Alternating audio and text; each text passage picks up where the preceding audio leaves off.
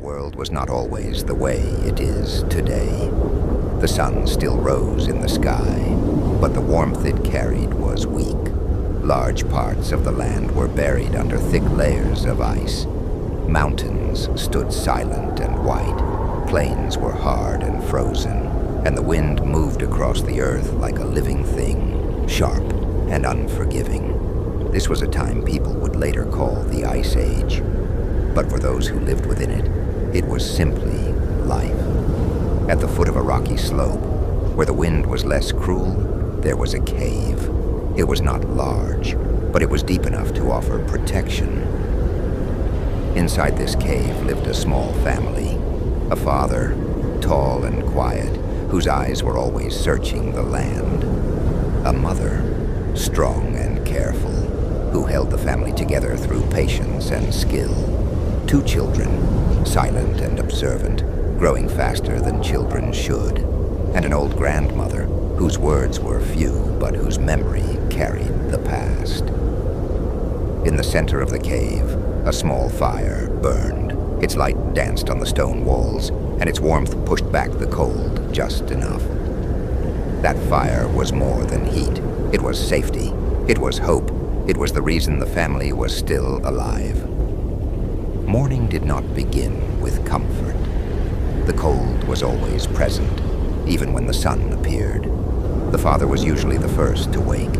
He would look at the fire, making sure it still lived, then step outside into the frozen air. He studied the ground carefully, searching for tracks in the snow. A single mark could mean food. A day without tracks could mean hunger. Often the wind erased everything. Nature showed no kindness, only rules. The father knew this well. Hunting was dangerous, and it was never done alone. Mammoths were enormous and powerful. Woolly rhinoceroses could kill with one charge. Deer were quick and alert, disappearing at the first sound. Many days the father returned with nothing. On those days, the family ate less and waited more. Patience was as important as strength. While the father faced the land, the mother faced the details of survival. Inside the cave, she worked with animal skins, cleaning them, drying them, shaping them into clothing. In this frozen world, clothing was not decoration. It was protection.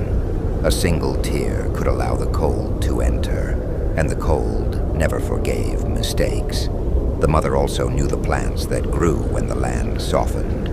Roots, leaves, and seeds. Some healed, some poisoned. Her knowledge kept the family alive as much as any hunt. The children learned quietly.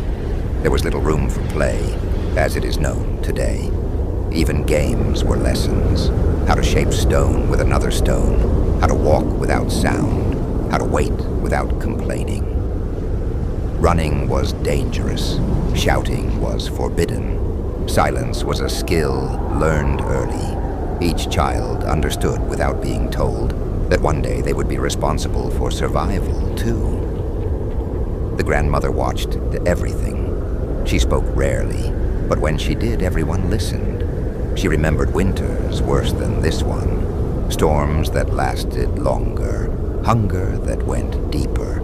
She knew that fear passed, but panic killed. She could read the world in ways the others could not. By the smell of the air, the heaviness of the sky, the way the wind changed before a storm. Her memory was the family's most valuable possession. Winter was the greatest enemy. It arrived slowly, then stayed far too long. The sun barely rose, and animals disappeared. During these months, the family moved deeper into the cave.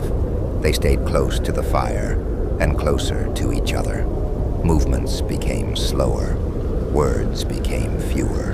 Energy was saved whenever possible. Sometimes the best choice was to do nothing at all. On stormy nights, the wind howled at the cave's entrance and snow seemed to fall from every direction at once. The family sat together, sharing warmth. No one screamed. Fear was silent. In that silence they waited, trusting that the storm would pass, as others had before.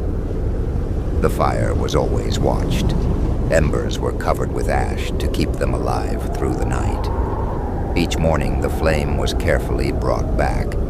Starting a fire was difficult, but keeping it alive was even harder. Where there was fire, there was life. Without it, there was nothing. Then slowly, the world changed.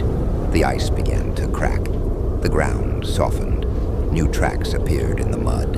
Birds returned, and animals moved once more across the land. The family stepped outside again, feeling the familiar cycle begin anew. This pattern of cold and warmth, hunger and hope, had shaped generations before them and would continue long after. They did not know the future. They did not know cities, machines, or the warmth of modern homes. But they knew something far more important. If they stayed together, listened to the land, and remained patient, they would survive. Even now, thousands of years later, something of them remains inside us. Our comfort near fire, our unease in deep cold, our sense of peace in silence. These are quiet gifts from a distant past. As this story settles in your mind, imagine the cave again. The soft glow of firelight, the distant sound of wind outside. In that ancient frozen world, the family is safe for now. And in that quiet, you can allow your thoughts to slow, your body to relax, and gently drift into sleep.